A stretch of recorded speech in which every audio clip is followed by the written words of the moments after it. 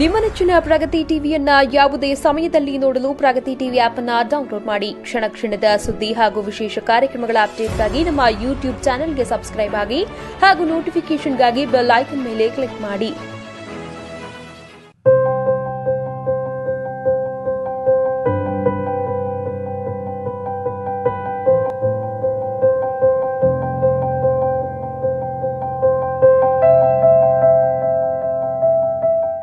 ಎಲ್ಲರಿಗೂ ನಮಸ್ಕಾರ.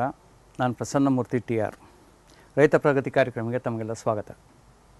ಸ್ನೇಹಿತರೆ, ಈ ಕಳೆದ ಸಂಚಿಕೆಗಳಿಂದ ನಿರಂತರವಾಗಿ ತಾವೆಲ್ಲ ನಮ್ಮ ಈ ಶೂನ್ಯ ಬಂಡವಾಳ ನೈಸರ್ಗಿಕ ಕೃಷಿ ಕಾರ್ಯಕ್ರಮವನ್ನು ಸದಾಕಾಲ ನೋಡ್ತಾ ಪದೇ ಪದೇ ನೋಡ್ತಾ ಈಗಾಗಲೇ ಅಳವಡಿಸಬೇಕು ಅಂತ ಕಾತರ ತೋರಿಸಿದ್ದೀರಾ. ತುಂಬ ಖುಷಿ ಆಗ್ತದೆ. ಆದರೆ ಕೆಲವು ಸಣ್ಣ ಪುಟ್ಟ ಪ್ರಶ್ನೆಗಳು ಎಲ್ಲರಲ್ಲೂ, ಅಂದರೆ ಒಂದು ಎರಡು ಸಣ್ಣ ಪುಟ್ಟ ಪ್ರಶ್ನೆಗಳು ಅವರು ಕಾಡ್ತಿರೋದೇನು ಅಂದರೆ, ಈ ಜೀವಾಮೃತ ಮಾಡೋದಕ್ಕೆ ನಾವು ನಾಟಿ ಹಸುನೇ ಉಪಯೋಗಿಸ್ಬೇಕಾ ಅನ್ನೋದು. ಖಂಡಿತ ನಾವು ಶೂನ್ಯ ಬಂಡವಾಳ ನೈಸರ್ಗಿಕ ಕೃಷಿ ಅಂದಾಗ ಅದರ ಮೂಲನೇ ನಾಟಿ ಹಸು ಅಥವಾ ಜವಾರಿ ಆಕಳು, ಅದರ ಸಗಣಿ ಗಂಜಲ ಅಥವಾ ಎಂಡಿ ಉಚ್ಚಿ. ನಿಮ್ಮಲ್ಲಿ ಎತ್ತಿದ್ದಾವೆ ಅಂದರೆ ಅದರದ್ದು ಸಗಣಿ ಗಂಜಲ ಉಪಯೋಗಿಸ್ಕೊಳ್ಳಿ, ಎಮ್ಮೆ ಇದೆ ಅಂದರೆ ಅದರದ್ದು ಉಪಯೋಗಿಸ್ಕೊಳ್ಳಿ, ಕೋಣ ಇದೆ ಅಂದರೆ ಅದರದ್ದು ಉಪಯೋಗಿಸ್ಕೊಳ್ಳಿ, ತೊಂದರೆ ಇಲ್ಲ, ಭಾಗವಾಗಿರಲಿ. ಆದರೆ ಎಲ್ಲಾದ್ರ ಜೊತೆನೂ ಜವಾರಿ ಆಕಳು ಅಥವಾ ನಾಟಿ ಹಸುವಿನ ಸಗಣಿ ಗಂಜಲ ಇರಲೇಬೇಕು. ಅಂದರೆ ನೀವು ಒಂದು ಭಾಗ ನಾಟಿ ಹಸುವಿನ ಸಗಣಿ ಗಂಜಲ, ಒಂದು ಭಾಗ ಎತ್ತಿಂದು, ಒಂದು ಭಾಗ ಎಮ್ಮೆದು, ಈ ರೀತಿ ಉಪಯೋಗಿಸ್ಬೋದು. ಅಥವಾ ನಾಟಿ ಹಸುದೇ ಇದೆ ಅಂದಾಗ ಒಂದು ಅರ್ಧ ಭಾಗ ಅದು, ಒಂದು ಅರ್ಧ ಭಾಗ ಎತ್ತಿಂದು ಉಪಯೋಗಿಸ್ಬೋದು, ಈ ರೀತಿ. ಆದರೆ ಯಾವುದೇ ಕಾರಣಕ್ಕೂ ನಾವು ಅದರೊಳಗೆ ನಾಟಿ ಹಸುವಿನ ಸಗಣಿ ಗಂಜಲ ಅಥವಾ ಜವಾರಿ ಆಕಳ ಎಂಡಿ ಉಚ್ಚಿ ಇರಲೇಬೇಕು ಅನ್ನೋದನ್ನು ನೋಡ್ಬೇಕಾಗ್ತದೆ. ಒಂದು ಭಾಗವಾಗಿ ಅತಿ ಉತ್ಕೃಷ್ಟವಾದ ಆ ಗುಣಗಳೆಲ್ಲ ಯಾವುದ್ರೊಳಗಿರೋದು ನಮ್ಮ ನಾಟಿ ಹಸುವಿನ ಹೊಟ್ಟೆಯಲ್ಲೇ, ಕರಳಲ್ಲೇ. ಸ್ನೇಹಿತರೆ, ಮತ್ತಿನ್ನೊಂದು ಪ್ರಶ್ನೆ ಏನು ಕೇಳ್ತಾ ಇದ್ದೀರಿ ಅಂದರೆ, ಈ ನಾವು ಇವಾಗಲೇ ಬಾಳೆ ಹಾಕಿದ್ದೀವಿ, ನಾವು ಇವಾಗಲೇ ತರಕಾರಿ ಹಾಕಿದ್ದೀವಿ, ಮತ್ತು ಇನ್ನೊಂದು ಮಾಡಿದ್ದೀವಿ, ರಾಸಾಯನಿಕ ಕೃಷಿ ಅಥವಾ ಇನ್ನೊಂದು ಯಾವುದೋ ಕೃಷಿನ ನಾವು ಅಳವಡಿಸಿದ್ದೀವಿ ಅಂತ ಕೇಳ್ತಾ ಇದ್ದೀರಾ. ಮತ್ತು ಅದಕ್ಕೆ ನಾವು ನೈಸರ್ಗಿಕ ಕೃಷಿ ಈ ಜೀವಾಮೃತನ ಅಳವಡಿಸ್ಬೋದಾ ಅಂತ. ನಿಮ್ಮಲ್ಲಿ ಒಂದು ಗೊಂದಲ ಏನಾಗಿದೆ ಅಂದರೆ, ಈ ಜೀವಾಮೃತ ಅಂದರೆ ಕೆಲವಾರು ಕಡೆ ಏನಾಗಿದೆ, ಕೆಲವು ಕಡೆ ನೀವು ಹೋದಾಗ್ಲೂ ಈ ಏನು ಬ್ಯಾನರ್ಗಳು ಹಾಕಿರ್ತಾರೆ ಅಥವಾ ಫ್ಲೆಕ್ಸ್ಗಳು ಹಾಕಿರ್ತಾರೆ, ಅದರೊಳಗೆ ದ್ರವ ರೂಪಿ ಗೊಬ್ಬರ ಅಂತ ಹಾಕ್ಬಿಟ್ಟಿರ್ತಾರೆ, ಅಥವಾ ಬಯೋ ಲಿಕ್ವಿಡ್ ಫರ್ಟಿಲೈಸರ್ ಅಂತ ಹಾಕಿರ್ತಾರೆ. ಇದು ಖಂಡಿತವಾಗ್ಲೂ ಗೊಬ್ಬರನೂ ಅಲ್ಲ, ಫರ್ಟಿಲೈಸರು ಅಲ್ಲ. ಇದು ಚಮತ್ಕಾರಿ ಜೀವಾಣುಗಳ ಆಗರ ಅಥವಾ ಹೆಪ್ಪು, ಮೈಕ್ರೋಬಿಯಲ್ ಕಲ್ಚರ್. ಹಾಗಾಗಿ ನೀವು ಇದನ್ನೇನೇ ಮಾಡಿದ್ರೂ ನಮ್ಮ ಇಡೀ ಶೂನ್ಯ ಬಂಡವಾಳ ನೈಸರ್ಗಿಕ ಕೃಷಿ ತತ್ವ ನಿಂತಿರೋದು ಯಾವುದ್ರ ಮೇಲೆ? ಭೂಮಿ ತಾಯಿ ಅನ್ನಪೂರ್ಣೆ ಇದ್ದಾಳೆ, ಅವಳಲ್ಲೆಲ್ಲ ಪೋಷಕಾಂಶಗಳು, ಗಿಡಕ್ಕೆ ಸಸ್ಯಕ್ಕೆ ಬೇಕಾದಂಥ ಎಲ್ಲ ಪೋಷಕಾಂಶಗಳಿದ್ದಾವೆ. ಆದರೆ ನಾನಾ ಕಾರಣದ ಅಲಭ್ಯ ರೀತಿಯಲ್ಲಿದ್ದಾವೆ. ಅದನ್ನು ಮಾರ್ಪಾಡು ಮಾಡ್ಕೊಡೋದು ಯಾವುದು? ಈ ಜೀವಾಣುಗಳು.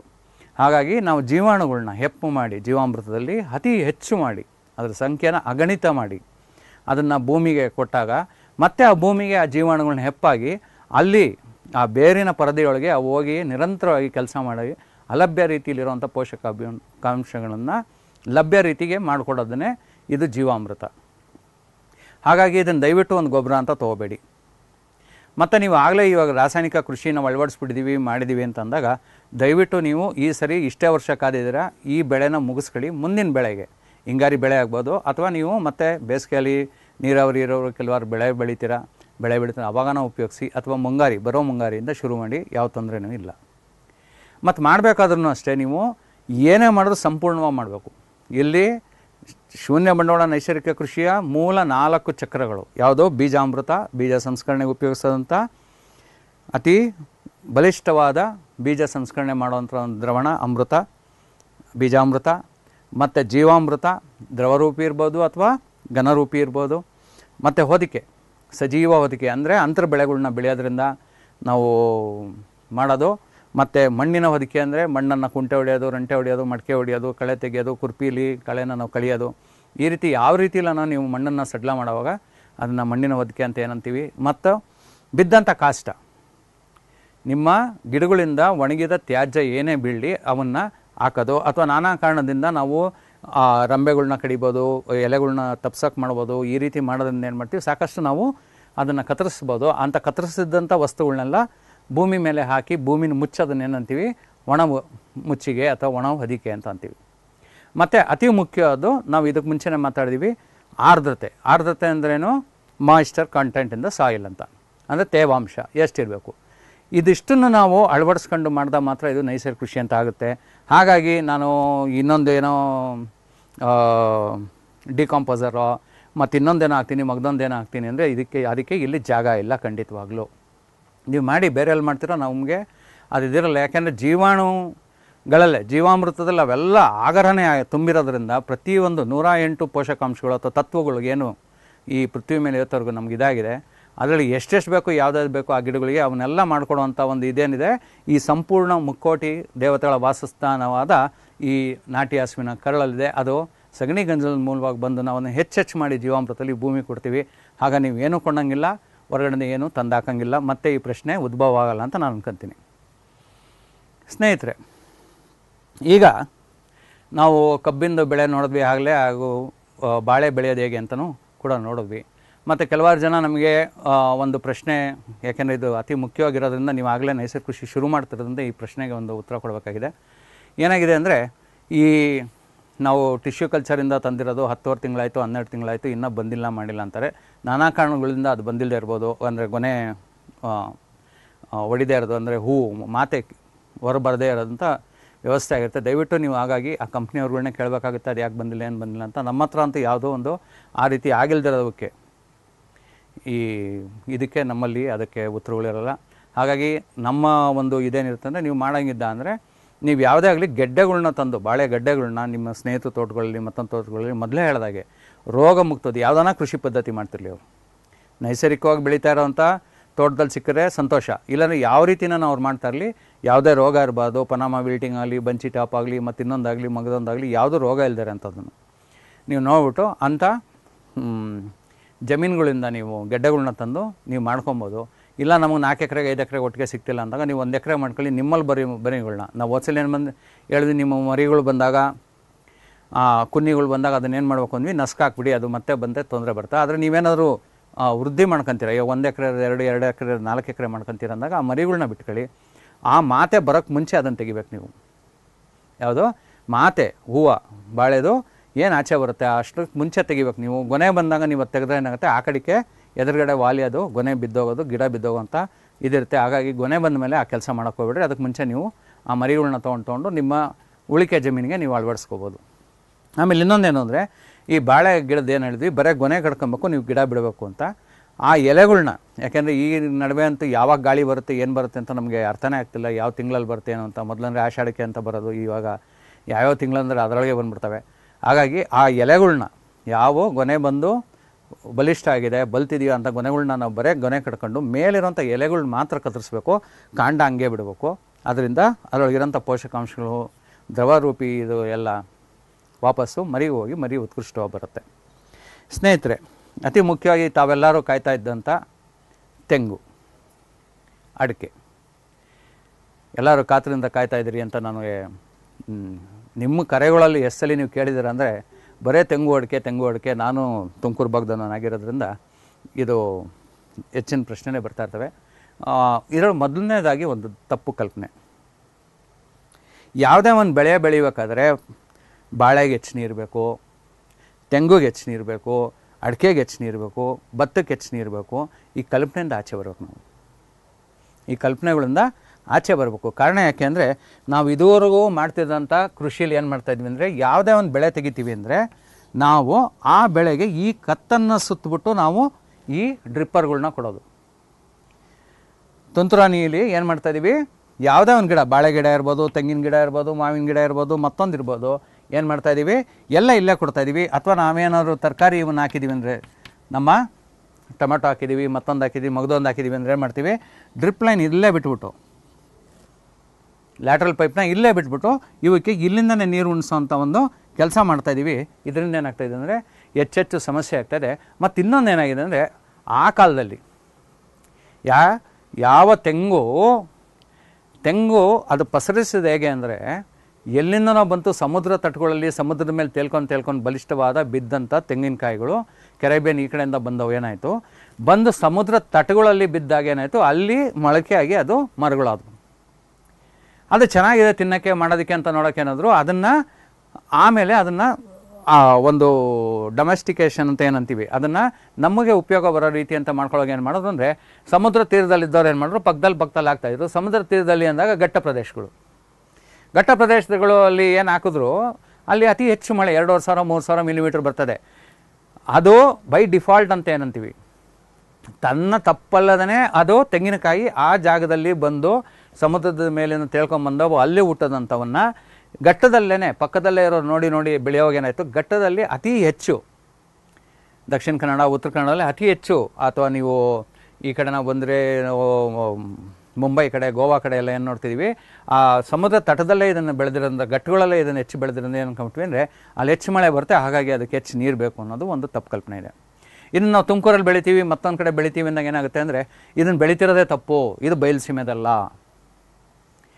ನೀವು ಎಲ್ಲೇ ಹೋಗಿ ನೋಡಿ, ಸುಮಾರು ಕಡೆ ಹಳ್ಳಿಗಳಲ್ಲಿ ಏನಾಗ್ತವೆ 1-2 ತೆಂಗಿನ ಮರಗಳಿರ್ತವೆ, ಅವ್ರದ್ದು ಯಾವುದು ನೀರಾವರಿ ವ್ಯವಸ್ಥೆನಲ್ಲಿ ಏನಿರಲ್ಲ, ಅತಿ ಉತ್ಕೃಷ್ಟವಾಗಿ ಬಿಡ್ತಾ ಇರ್ತಾವಲ್ಲಿ. ಅಂದರೆ ಅಲ್ಲಿ ಆಗದಿರೋಂಥ ಕೆಲಸಕ್ಕೆ ಇಲ್ಲಾಗ್ತಿದೆ ಅಂದರೆ ಹೇಗೆ ಅಂದರೆ ನೀರು ಖಂಡಿತವಾಗಿ ನೀವು ಹೇಳೋದು ರೀತಿ ಅಷ್ಟೊಂದು ಬೇಕಾಗಿದೆಯಾ?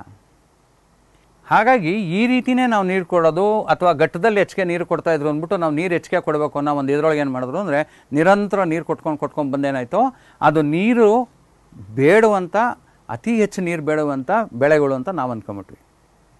ಕಳೆ ನಿರ್ವಹಣೆಗಾಗಿ ಭತ್ತಕ್ಕೆ ನೀರು ಕೊಟ್ಟರು, ಭತ್ತ ಕೂಡ ಒಂದು ಹುಲ್ಲಿನ ಜಾತಿ ಇದೆ, ನೀವು ಎಲ್ಲೇ ಹೆಸರಿ ಭತ್ತ ಹುಟ್ಟುತ್ತೆ. ಇದನ್ನು ಮೊಸನಬ ಫೊಕೋಕ್ ಅವರು ತುಂಬ ಚೆನ್ನಾಗಿ ಹೇಳಿದ್ದಾರೆ. ಒಂದು ಹುಲ್ಲಿನ ಕ್ರಾಂತಿ ಇದರೊಳಗೆಲ್ಲ ನೀವು ನೋಡಿದಾಗ ಆ ಒಂದು ಭತ್ತ ಅಲ್ಲೆಲ್ಲೋ ಕಳೆ ಮಧ್ಯದಲ್ಲಿ ಹುಟ್ಟಿದ್ದನ್ನು ತೊಗೊಂಡು ಅವರು ಅದನ್ನು ಅಷ್ಟು ದೊಡ್ಡ ಆವಿಷ್ಕಾರ ಮಾಡಿ ತೋರಿಸ್ಕೊಟ್ಟಿದ್ದಾರೆ. ನಾವು ಬರಭತ್ತ ಮುಂಚೆ ಎಲ್ಲ ನಿಮ್ಗೆ ಗೊತ್ತು ಅಂದರೆ ಪುಂಜಿ ಭತ್ತ ಅಂತ ನಾವು ಬೆಳೀತಾ ಇದ್ವಿ, ಎಲ್ಲ ನೀರು ಬರೋವಂಥ ಜಾಗದಲ್ಲಿ ಅಥವಾ ಹೆಚ್ಚು ಕೆರೆಗಳ ಮೇಲ್ಭಾಗದಲ್ಲಿ ಇದನ್ನು ಬೆಳೀತಾ ಇದ್ವಿ, ಎಲ್ಲಿ ತೇವಾಂಶ ಹೆಚ್ಚಾಗ್ತಿತ್ತು ಅಂತ. ಆದರೆ ಕಳೆ ನಿರ್ವಹಣೆಗೆ ತುಂಬ ಕಷ್ಟ. ಭತ್ತ ನೀವು ಪುಂಜಿಯಾಗಿ ಅಥವಾ ಅದೇ ರೀತಿ ನೀವು ಭತ್ತ ಬಿತ್ತನೆ ಮಾಡ್ಬಿಟ್ಟಾಗ ಏನಾಗುತ್ತೆ, ಅದಕ್ಕೂ ನೀವು ಹುಲ್ಗರಿಕೆಗೂ ಗೊತ್ತಾಗೋದೆಲ್ಲ ಆ ಕಳೆನ ಕಳೆಯೋದು ತುಂಬ ಕಷ್ಟ ಆಗುತ್ತೆ ಭತ್ತದಲ್ಲಿ. ಹಾಗಾಗಿ ಏನು ಮಾಡಿದ್ರು ಅಂದರೆ ಅದಕ್ಕೆ ನಾವು ಒಟ್ಲು ಬಿಟ್ಕೊಂಡು ಆ ಪೈರನ್ನ ಕಿತ್ಕೊಂಡು ನಾಟಿ ಮಾಡಿಕೊಂಡು ನೀರೊಳಗೆ, ಮತ್ತು ಆ ನೀರೊಳಗೆ ಆ ಕಳೆಗಳನ್ನ ಕೀಳೋದು ತುಂಬ ಸುಲಭ ಅಂತ ಏನು ಮಾಡಿದ್ರು, ಅದನ್ನು ಮನ್ಗಂಡು ಕೆಲವೇ ಶತಮಾನಗಳ ಹಿಂದೆಯಿಂದ ಆ ರೀತಿ ಶುರುವಾಗಿದೆ. ಅದೇ ರೀತಿ ನಾವು ಅನಾವಶ್ಯಕವಾಗಿ ಈ ತೆಂಗಿಗೆ ಹೆಚ್ಚು ನೀರು ಬೇಕು, ಈ ಅಡಿಕೆಗೆ ಹೆಚ್ಚು ನೀರು ಬೇಕು ಅನ್ನೋದನ್ನು ಒಂದು ತಪ್ಪು ಕಲ್ಪನೆ ಹಿಡಿದೀವಿ. ಎಲ್ಲರೂ ಹೇಳ್ತಾರೆ ಮಾವಿಗಾಗಲಿ ತೆಂಗಿಗಾಗಲಿ ಮತ್ತೊಂದಾಗಲಿ ಯಾವುದೇ ಒಂದು ಗಿಡ ಸಸ್ಯ ಮರಕ್ಕೆ ಏನು ಬೇಕಾಗಿದೆ, ಇಂತಿಷ್ಟು ನೀರು ಪ್ರತಿದಿನ ಬೇಕಾಗಿದೆ ಅಂತ. ಬಾಳೆಗೆ ಇದು ಮಾವಿಗೆ ಯಾರು ಕೊಡ್ತೀರಾ ನೀರು, ಹುಣಸೆಗೆ ಯಾರು ಕೊಡ್ತೀರಾ, ಹಲಸಿಗೆ ಯಾರು ಕೊಡ್ತೀರಾ, ಈ ರೀತಿ ನೇರಳೆ ಗಿಡಕ್ಕೆ ಯಾರು ಕೊಡ್ತೀರಾ, ಅವಕ್ಕೂ ನೀರುಗಳು ಬೇಕೇ ಬೇಕಾನೆ. ಅಂದರೆ ಇಂತಿಷ್ಟು ನೀರು ಅವಕ್ಕೂ ಬೇಕು ಅಂತ ಇದ್ದಾಗ ಅವಕ್ಕೆ ಮಳೆ ಬಂದಾಗ ಮಾತ್ರ ಅವು ಸಿಗುತ್ತೆ. ಅದನ್ನೆಲ್ಲ ಬರ ಪ್ರದೇಶಗಳಲ್ಲೇ ಬೆಳೆಯೋದು, ಮಳೆ ಆಶ್ರಿತದಲ್ಲೇ ಬೆಳೀತಾರೆ ಅಂತಂದಾಗ ಆ ಮಳೆ ಬಿಟ್ಟು ನಂತರ ಮತ್ತೆ ಮಳೆ ಬರೋ ತನಕ ಅವಕ್ಕೆ ಯಾರು ನೀರು ಕೊಟ್ಟವರು, ಎಲ್ಲಿಂದ ತೊಗೊಂಡು ನೀರು? ಹಾಗಾದರೆ ಅದಕ್ಕಾಗುತ್ತೆ ಅಂದರೆ ನಿಮ್ಮ ತೆಂಗಿಗಾಗಲ್ವೇ, ನಿಮ್ಮ ಅಡಿಕೆಗಾಗಲ್ವೇ? ಒಂದೇ ಒಂದು ಸಮಸ್ಯೆ ಏನಿದೆ ಅಂದರೆ, ಯಾವುದೇ ನಾವು ಇವನ್ನ ಇದಕ್ಕೆ ಮುಂಚೆ ಮಾತಾಡೋದಂಥ ಮರಾವಳಿಗಳೆಲ್ಲ ಏನಾಗ್ತವೆ ಅಂದರೆ ಆಳವಾಗಿ ಬೇರುಗಳು ಹೋಗ್ತವೆ. ಯಾವಾಗ ನಿಮ್ಮ ಮಳೆ ನೀರು ಬಂದು ಶೇಖರಣೆ ಆಗಿದೆಯೋ ಭೂಮಿಗೆ, ಅಂಥ ಸಮಯದಲ್ಲಿ ಆಳವಾಗಿಂದ ನೀರು ತೊಗೊಳಕ್ಕಾಗುತ್ತೆ ಅದಕ್ಕೆ. ಮತ್ತು ಹೆಚ್ಚು ವಿಸ್ತಾರವಾಗಿ ಬೆಳೆದಿರೋದ್ರಿಂದ ಈ ಹುಣಸೆ ಇವನ್ನೆಲ್ಲ ಅಷ್ಟು ವಿಸ್ತಾರದಲ್ಲಿ ಅವು ನೀರು ತೊಗೊಳಕ್ಕಾಗುತ್ತೆ ಅನ್ನೋದನ್ನು ಒಂದು ನಿಜ ಸಂಗತಿ ತಮಗೆಲ್ಲ ಗೊತ್ತಿದೆ. ಅದೇ ರೀತಿ ನಾವು ನೋಡಿದ್ವಿ ಅಂದರೆ ಈ ತೆಂಗು ಅಡಿಕೆ ಏನಾಗಿದ್ದಾವೆ ಅಂದರೆ ಅವು ಮರಗಳು ಬಿಡ್ತು ಅಂದರೆ ಈ ಬೇರುಗಳು ಈ ರೀತಿ ಶಾಲೋ ರೂಟ್ಸ್ ಅಥವಾ ಮೇಲ್ಪದರದಲ್ಲೇ ಇರುವಂಥ ಬೇರುಗಳು, ಅವು ತುಂಬ ಆಳವಾಗಿ ಈ ಬೇರುಗಳು ಹೋಗೋದಿಲ್ಲ. ಹಾಗಾಗಿ ಆ ಒಂದು ಕಲ್ಪನೆಯಲ್ಲಿ ಏನೋ ಈ ರೀತಿ ನಾವು ಮಾಡಿದಾಗ ಹೆಚ್ಚು ನೀರು ಕೊಟ್ಟರೆ ಮಾತ್ರ, ಯಾಕೆಂದರೆ ಆಳವಾಗಿ ಹೋಗಿರೋಂಥ ನೀರನ್ನು, ಆಳದಲ್ಲಿರುವಂಥ ನೀರನ್ನು ಈ ತೆಂಗು ಅಡಿಕೆ ತೊಗೊಳಕ್ಕಾಗಲ್ಲ. ಯಾಕೆಂದರೆ ಆ ಬೇರುಗಳು ಆ ಸ್ತರದಲ್ಲಿ ಇಲ್ಲ ಅನ್ನೋದನ್ನೇ ಒಂದು ಕಲ್ಪನೆ ಸರಿ ಇದೆ. ಆದರೆ ನಾವು ನೈಸರ್ಗಿಕ ಕೃಷಿಯಲ್ಲಿ ಒಂದು ನೋಡಿದ್ದೀವಿ, ಮೇಲ್ ಬಿದ್ದಂಥ ಮಳೆ ನೀರು ಭೂಮಿಗೆ ಬೀಳೋದು ಗುರುತ್ವಾಕರ್ಷಣೆಯಲ್ಲಿ, ಗುರುತ್ವಾಕರ್ಷಣೆ ಮೂಲವಾಗಿ ಈ ನೀರು ಭೂಮಿಗೆ ಸೇರುತ್ತೆ ಅಂತ ನೋಡಿದ್ದೀವಿ. ಅದೇ ರೀತಿ ಏನು ನೋಡಿದ್ದೀವಿ ಅಂದರೆ ಈ ಬಿಸಿಲು ಬಿದ್ದಾಗ ಮೇಲ್ಮಣ್ಣು ಮೇಲೆ ಹೆಚ್ಚು ಶಾಖ ಬಿದ್ದಾಗ ಏನಾಗುತ್ತೆ, ಈ ಮೇಲ್ಮಣ್ಣು ಒಣಗುತ್ತೆ. ಅಂದರೆ ಇಲ್ಲಿರೋಂಥ ನೀರು ಹಾವಿಯಾಗಿ ಮೇಲೆ ಹೋಗ್ತದೆ, ಅಂಥ ಸಮಯದಲ್ಲಿ ಕೆಳಗಡೆ ಇರೋಂಥ ನೀರು ಮೇಲೆ ಬರುತ್ತೆ. ಇದು ಕೇಶಾಕರಣೆ, ಕ್ಯಾಪಿಲರಿ ಆ್ಯಕ್ಷನ್. ಪಂಪಲ್ಲಿ ಎತ್ತದಂಗೆ ಟುಸ್ಕಾಟ್ಸ್ ಉಸ್ಕಾಸ್ ಉಸ್ಕಾಸ್ ಅಂತ ಈ ರೀತಿ ಅದನ್ನು ಎತ್ತುತ್ತಾ ಇರ್ತಾವೆ ನೀರು. ಸೊ ಇದು ಮೇಲೆ ಹೋಗ್ತಾ ಇದೆ, ಮೇಲೆ ನೀರು ಹೋಗ್ತಾ ಇದೆ, ಕೆಳಗಡೆ ಇಲ್ಲಿರೋಂಥ ತೇವಾಂಶ ಏನಾಗ್ತಾಯಿದೆ, ಮೇಲಕ್ಕೆ ಬರ್ತಾಯಿದೆ, ಮೇಲಕ್ಕೆ ಬರ್ತಾಯಿದೆ, ಮೇಲಕ್ಕೆ ಬರ್ತಾಯಿದೆ, ಮೇಲಕ್ಕೆ ಬರ್ತಾಯಿದೆ, ಮೇಲಕ್ಕೆ ಬರ್ತಾಯಿದೆ, ಮೇಲಕ್ಕೆ ಬರ್ತಾಯಿದೆ. ಕೊನೆಗೆ ಒಂದು ದಿವಸ ನಿತ್ಯ ನಿರಂತರ ಬರಗಾಲಗಳೆಲ್ಲ ಬಂದು ಹೆಚ್ಚೆಚ್ಚು ತಾಪಮಾನ ಆಗಿ ತುಂಬ ಇದಾದಾಗ ಕೆಳಗಡೆ ನೀರೆಲ್ಲ ಮೇಲೆ ಕೇಶಾಕರಣೆಯಿಂದ ಆಚೆ ಹೊರಟೋಗುತ್ತೆ, ನಮ್ಮ ಭೂಮಿಲಿ ಏನೂ ಇಲ್ದಂಗೆ ಆಗುತ್ತೆ. ಆದರೆ ಇದನ್ನು ತಡೆಗಟ್ಟೋದಕ್ಕೆ ನಾವೇನು ನೋಡಿದ್ದೀವಿ, ಅತಿ ಮುಖ್ಯ ಕೆಲಸ ಮಾಡೋದು ಯಾವುದು, ಹೊದಿಕೆ.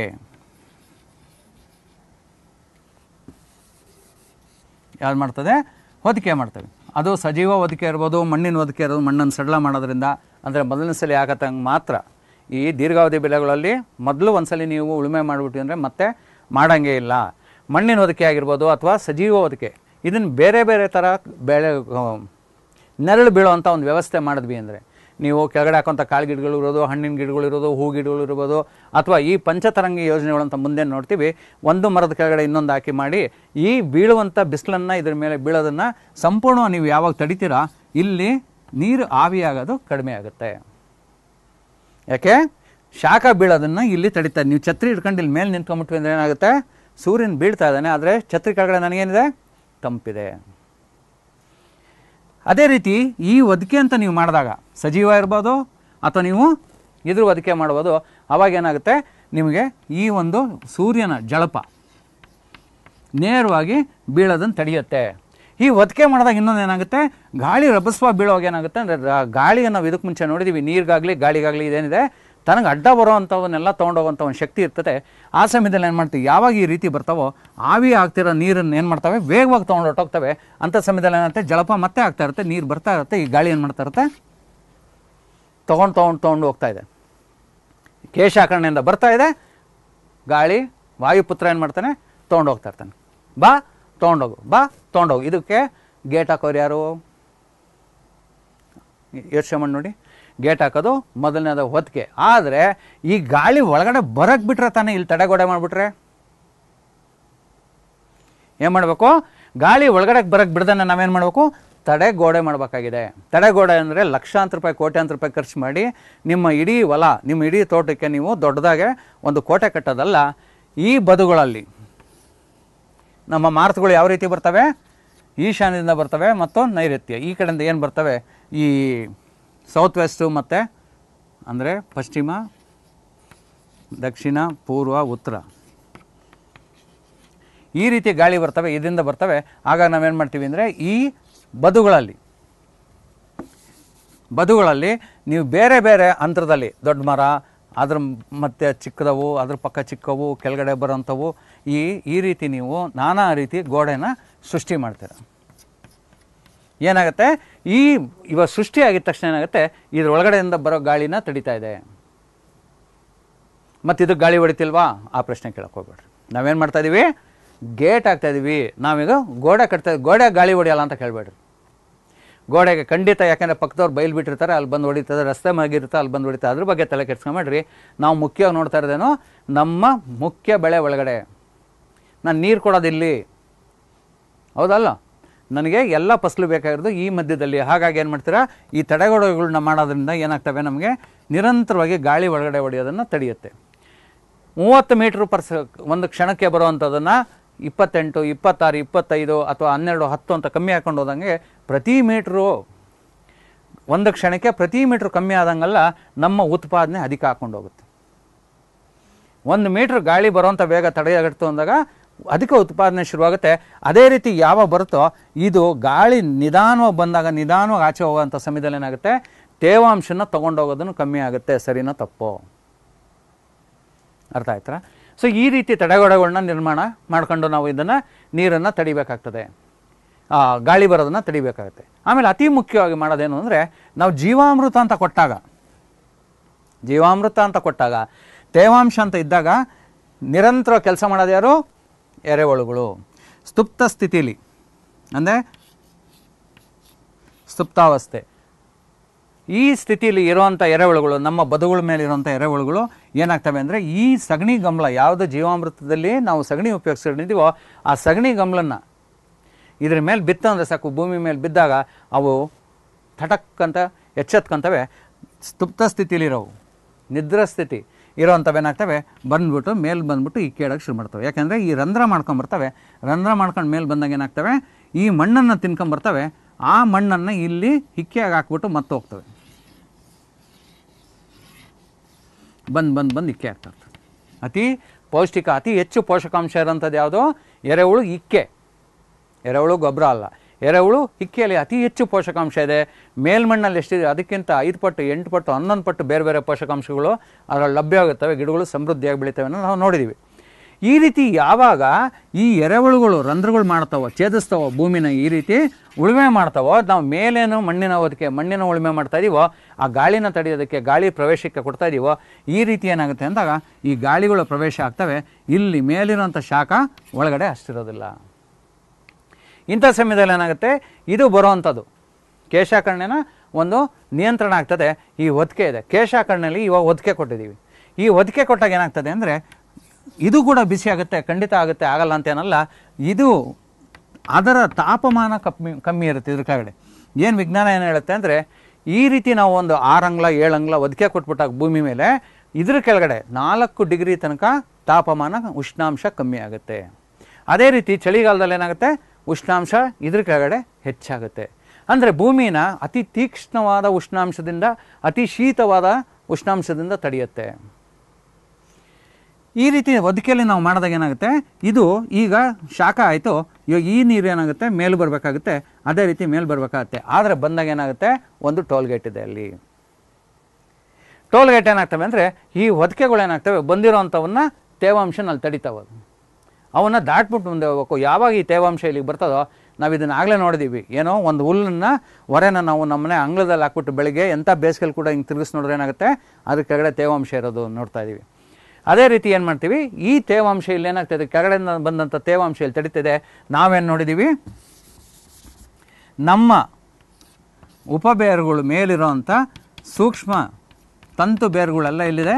ಮೇಲೆ 4ರಿಂದ 6 ಅಂಗಳದಲ್ಲಿ, ಮೇಲೆ 4ರಿಂದ 6 ಅಂಗಳದಲ್ಲಿ 96 ಭಾಗ ಇದೆ ಅಂತ ನೋಡಿದ್ದೀವಿ. ಯಾವಾಗ ಇಲ್ಲಿ ತಡೆಯುತ್ತೋ ಈ ಟೋಲ್ಗೇಟಲ್ಲಿ ಅವ್ರನ್ನ ನಿಲ್ಲಿಸ್ತಾರೋ, ಇವರು ಆ ತೇವಾಂಶನ ತೊಗೊಂಡ್ಬಿಡ್ತವೆ, ಗಿಡಕ್ಕೆ ಒಂದು ಲಭ್ಯ ಆಗ್ತಾ ಇರುತ್ತೆ. ಮತ್ತು ನೀವು ಯಾವುದೇ ಒಂದು ನೀರನ್ನು ಕೊಟ್ಟಿದ್ದೀರ ಇದಕ್ಕೆ, ಯಾವುದೇ ರೀತಿ ನೀರನ್ನು ಕೊಟ್ಟಿದ್ದೀರ ಇದಕ್ಕೆ ಅಂದಾಗ ಏನಾಗುತ್ತೆ, ಈ ಶಾಖ ಬೀಳ್ದಿರೋದ್ರಿಂದ ಹೆಚ್ಚು ತೇವಾಂಶ, ಹೆಚ್ಚು ತುಂಬ ಹೆಚ್ಚಿನ ದಿವಸಗಳು ನಾವು ಮಾಮೂಲಾಗಿ ಕೊಟ್ಟಾಗ 1 ದಿವಸಕ್ಕಾಗುತ್ತೆ ಅನ್ನೋದನ್ನು ವಾರ 15 ದಿವಸ ಗಟ್ಟಲೆ ಕೂಡ ಅದು ತೇವಾಂಶ ಹಂಗಿರುತ್ತೆ. ಗಿಡಕ್ಕೆ ತುಂಬ ಉತ್ಕೃಷ್ಟವಾಗಿ ಆ ತೇವಾಂಶ ದೊರಕ್ತಾ ಇರುತ್ತೆ, ಅವು ಬೆಳೀತಾ ಇರ್ತವೆ. ಈ ರೀತಿ ನಾವು ತೇವಾಂಶನ ತಡೆಯೋದನ್ನು ಕಲಿಬೇಕು. ಆ ಕೊಟ್ಟಂಥ ನೀರನ್ನು ಉಪಯೋಗಿಸ್ಕೊಳ್ಳೋದನ್ನು ಕಲಿಬೇಕಾಗಿದೆ. ನಾವು ಇವಾಗ ನೀರನ್ನು ಎಲ್ಲಿ ಕೊಡಬೇಕಾಗಿದೆ, ಎಲ್ಲರೂ ಇವಾಗ ಏನು ಮಾಡ್ತಾಯಿದ್ದೀವಿ, ಇವತ್ತು ಕೂಡ ನಾವು ಇದಕ್ಕೆ ಹೋದಾಗ, ಪಾತ್ಗಾನಹಳ್ಳಿ ಹೋದಾಗ ಕೃಷಿ ಕಾರ್ಯದರ್ಶಿಗಳು ಎಲ್ಲ ಬಂದಿದ್ದರು. ಅಲ್ಲಿ ಕೂಡ ಅವರಿಗೆ ಅಚ್ಚರಿ ಆಗೋಯ್ತು, ಈ ರೀತಿ ನೀವು ನೀರು ಕೊಡ್ತಾ ಇದ್ದೀರಾ, ಈ ರೀತಿ ನೀರು ಕೊಟ್ಬಿಟ್ಟು ಇಷ್ಟು ಉತ್ಕೃಷ್ಟವಾದ ಬೆಳೆ ತೊಗೊಳ್ತಿದ್ದೀರಾ ಅಂತ ಅವರು ಕೂಡ ತುಂಬ ಅಚ್ಚರಿಪಟ್ಟರು. ನಾವು ಇದುವರೆಗೂ ಏನು ಮಾಡ್ತಾಯಿದ್ದೀವಿ ಅಂದರೆ, ಯಾವುದೇ ಒಂದು ತೆಂಗಿನ ಮರ ಇದೆ ಅಂದರೆ ಇದ್ರ ಸುತ್ತಲೂ ಬೇಸಿನ್ ಮೆಥಡ್, ಪಾತ್ರೆ, ಕನ್ನಡದಲ್ಲಿ ಒಂದು ಪಾತ್ರೆ ಸೃಷ್ಟಿ ಮಾಡೋದು 8, 10, 15 ಅಡಿ ಅಂಗಳಕ್ಕೆ ಏನು ಮಾಡ್ತೀವಿ, ಸುತ್ತಲೂ ಇಲ್ಲಿ ಪಾತಿ ಮಾಡ್ತೀವಿ. ಈ ಪಾತಿಲಿ ನೀರು ಕೊಡ್ತೀವಿ. ಒಂದು ಇದನ್ನು ಇಂಗ್ಲೀಷಲ್ಲಿ ಬೇಸಿನ್ ಮೆಥಡ್ ಅಂತಾರೆ. ಎರಡನೇದು ಏನು ಮಾಡ್ತೀವಿ ಅಂದರೆ ತುಂತುರು ಹನಿ ನೀರಾವರಿ ಕೊಡೋದು, ಅಂದರೆ ಸ್ಪ್ರಿಂಕ್ಲರ್.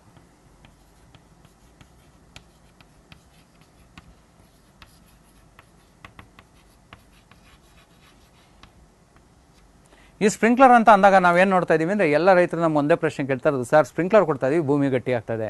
ಮಳೆ ಬಿದ್ದಾಗ ಏನಾಗುತ್ತೆ, ನಾವು ಉಕ್ಕೆ ಹೊಡೆದಿವಿ, ಮಾಡಿದ್ದೀವಿ, ಎಲ್ಲ ಮಾಡಿಬಿಟ್ಟು ಏನು ಮಾಡ್ತಾ ಇದ್ದೀವಿ, ನಾವು ರಾಗಿ ಚೆಲ್ದ್ವಿ, ಇನ್ನೊಂದು ಚೆಲ್ದ್ವಿ, ಮತ್ತೊಂದು ಚೆಲ್ದ್ವಿ ಅಂದಾಗ ಮತ್ತೆ ಒಂದು 4-5 ದಿವಸ 10 ದಿವಸ ಆದಮೇಲೆ ಮಳೆಗಳು ಒಂದು ಸುದೀರ್ಘವಾಗಿ ಒಂದು 3-4 ದಿವಸ ಹೊಡಿತು ಅಂದರೆ ಏನಾಗುತ್ತೆ, ಭೂಮಿ ಗಡ್ಸಾಗಿರೋದು ನೋಡ್ತೀವಿ. ಅದೇ ರೀತಿ ಈ ಸ್ಪ್ರಿಂಕ್ಲರ್ ಅಥವಾ ತುಂತುರು ಹನಿ ಏನು ಚಿಮ್ಮುತ್ತೆ, ಮೇಲಿಂದ ಒಂದು 4-5 ಅಡಿ 6 ಅಡಿ 8 ಅಡಿ ಮೇಲಿಂದ ಬಂದು ಬೀಳ್ತಾ ಇರ್ತವೆ. ಅಂಥ ಸಮಯದಲ್ಲಿ ಭೂಮಿ ಗಡ್ಸಾಗೋದೊಂದೇ ಅಲ್ಲ, ಈ ಇಡೀ ಇದಕ್ಕೇನೆ ಏನು ಮಾಡ್ತಾಯಿದೆ, ನೀರನ್ನು ಪ್ರೋಕ್ಷಣೆ ಮಾಡ್ತಾ ಇರೋದ್ರಿಂದ, ನೀರನ್ನು ತುಂತುರಾಗಿ ಎರ್ಸ್ತಾ ಇರೋದ್ರಿಂದ ಏನಾಗುತ್ತೆ, ನಮ್ಮ ಬೇರುಗಳು ಯಾವ ರೀತಿ ಎಲ್ಲಿಗೆ ಹೋಗ್ಬೇಕು ಅನ್ನೋದನ್ನು ಅವಕ್ಕೂ ಗೊಂದಲ ಇದೆ. ಇನ್ನೊಂದು ಏನಾಗ್ತದೆ ಅಂದರೆ, ಈ ರೀತಿ ಎಲ್ಲ ಕಡೆ ನೀರು ಸಿಕ್ಕಿದಾಗ ಕಳೆ ತುಂಬ ಜಾಸ್ತಿ ಬರ್ತವೆ. ಆ ಕಳೆ ಕಳೆಯೋದೇ ಒಂದು ದೊಡ್ಡ ಸಮಸ್ಯೆ ಆಗ್ಬಿಡ್ತದೆ. ಎರಡನೇದು. ಆಮೇಲೆ ಇದನ್ನು ಮಾಡದೇ ಇಟ್ಕೊಂಡು ನಮಗೆ ಇಡೀ ಬೈಲನ್ನೇ ನಾವು ನೀರು ಎರಿಸ್ತಾ ಇರೋದ್ರಿಂದ ನಮಗೆ ಮೂಲ ಉದ್ದೇಶಗಳು ಇದರಿಂದ ತಪ್ತಾ ಇದೆ. ಮೂರನೇದು ಹನಿ ನೀರಾವರಿ, ಡ್ರಿಪ್ ಇರಿಗೇಷನ್. ಇದ್ರೊಳಗೆ ನಾವೇನು ಮಾಡ್ತಾಯಿದ್ದೀವಿ, ಈ ಕತ್ತಿಗೆ ಸುತ್ತಾ ಇದ್ದೀವಿ. ಯಾವುದೇ ಒಂದು ಬೆಳೆ ಅಂದರೆ ಮರಾವಳಿಯನ್ನು ಏನು ಮಾಡ್ತೀವಿ, ತೆಂಗಿಗೆ 3, ಅಡಿಕೆಗೆ 2, ಬಾಳೆಗೆ 1, ಈ ರೀತಿ ಏನು ಮಾಡ್ತೀವಿ, ಮಾವಿಗೆ ಪ್ರತಿಯೊಂದಕ್ಕೂ ಈ ಥರ ಸುತ್ತಿ ಈ ಕಡೆ ಲ್ಯಾಟ್ರ್ ತೊಗೊಂಡು ಈ ಥರ ಸುತ್ತಬಿಟ್ಟು ಏನು ಮಾಡ್ತಾ ಇದ್ದೀವಿ, ಆಟೋ ಇರೋ ತನಕ ಆಫೇ ಮಾಡಲ್ಲ. ಒಂದು ಬೋರ್ ಕೆಟ್ಟಾಗಬೇಕು ಅಥವಾ ಕೊಳವೆ ಬಾವಿಲಿ ನೀರು ಖಾಲಿ ಆಗಬೇಕು, ಟ್ರಾನ್ಸ್ಫಾರ್ಮರ್ ಹಾಳಾಗಬೇಕು, ಇಲ್ಲಾಂದ್ರೆ ನಾವು ಯಾವತ್ತೂ ಈ ಆಟೋ ಕಂಟ್ರೋಲ್ಗೆ ಹಾಕ್ಬಿಟ್ಟು ನೀರು ಹೋಗ್ತದೆ. ಇಲ್ಲ ಸರ್, ಮೊದಲು ನಮ್ಮ ಕೈಲಿ 2 ಎಕರೆ ಸಾಕಾಗ್ತಿಲ್ಲ, ಈಗ ಕಣ್ಮುಚ್ಚು ಅನ್ಸ್ಕಾಗ್ತೀವಿ. ಹೌದನಪ್ಪ, ಏನಪ್ಪ ಮಾಡ್ತಿದ್ದೆ ಮೊದಲು? ಇಲ್ಲ ಸರ್ ಆಯಿಸ್ತಿದ್ವಿ, ಆಗ್ತಿಲ್ಲ ಸರ್ ಆಯ್ಸೋಕ್ಕೆ ಮಾಡೋಕ್ಕೆ. ಸಂತೋಷ, ಇವಾಗ ಏನು ಮಾಡ್ತಿದ್ಯಾ? ಇವಾಗ ಏನಿಲ್ಲ ಸರ್, ಡ್ರಿಪ್ ಹಾಕ್ಬಿಟ್ಟಿದ್ದೀವಿ, ತುಂಬ ಉತ್ಕೃಷ್ಟವಾಗ್ತಾಯಿದೆ. ಸರಿ, ಹೇಗೆ ಮಾಡ್ತೀವಿ? ಯಾರು ಆಫ್ ಮಾಡ್ತೀರಾ? ಇಲ್ಲ ಸರ್ ಆಟೋ ಹಾಕ್ಬಿಟ್ಟಿದ್ವಿ, ಆಫು ಇಲ್ಲ ಆನು ಇಲ್ಲ. ಇದರಿಂದ ಏನಾಗ್ತಿದೆ ಅಂದರೆ, ಇಷ್ಟೆಲ್ಲ ನೀರು ಕೊಟ್ಟರು ನನ್ನ ಗರಿಗಳು ಬೆಳೆಸ್ಕೊತಾ ಇದ್ದಾವೆ, ನನ್ನ ಗರಿಗಳು ಹಳದಿ ಆಗ್ತಾ ಇದ್ದಾವೆ, ನನ್ನ ಗರಿಗಳು ಸೊರಗು ಬೀಳ್ತಾ ಇದ್ದಾವೆ, ನನ್ನ ಗೊನೆಗಳು ಬೀಳ್ತಾ ಇದ್ದಾವೆ, ನನ್ನ ಗೊನೆಯಲ್ಲಿ ನುಸಿ ರೋಗ ಹೆಚ್ಚಾಗಿದೆ, ನಮಗೆ ದೊಡ್ಡದಾಗಿ ಬರ್ತಿಲ್ಲ ಕಾಯಿ. ಏನೇನು ಸಮಸ್ಯೆ ಅಂದರೆ, ನಾವು ಇದೆಲ್ಲ ಮುಂಚೆನೇ ನಾವು ಆರ್ದ್ರತೆ ಮಾತಾಡ್ಬೇಕಾದ್ರೆ ಇದು ಮಾತಾಡಿದ್ದೀವಿ, ಇಲ್ಲಿ ಮಾಡ್ತಿರೋಂಥ ದೊಡ್ಡ ತಪ್ಪು. ಅಥವಾ ಈ ಬೇಸಿನ್ ಪದ್ಧತಿ ಅಂತ ಮಾಡಿಬಿಟ್ಟು ಈ ರೀತಿ ನೀರು ನೀವು ಸಂಪೂರ್ಣ 1-1.5 ಗಂಟೆ ನಿಮ್ಮ ಬೋರ್ವೆಲ್ ನೀರೆಲ್ಲ ಇಲ್ಲಿ ಬಿಟ್ರೂ ಈ ಪಾತಿ ತುಂಬೋದಿಲ್ಲ. ಹಾಗಾಗಿ ಏನು ಮಾಡ್ತೀರಾ ಅಂದರೆ, ತೆಂಗಿಗೆ ಹೆಚ್ಚು ನೀರು ಬೇಕು ಅನ್ನೋ ಒಂದು ಕಲ್ಪನೆ ಇದೆ.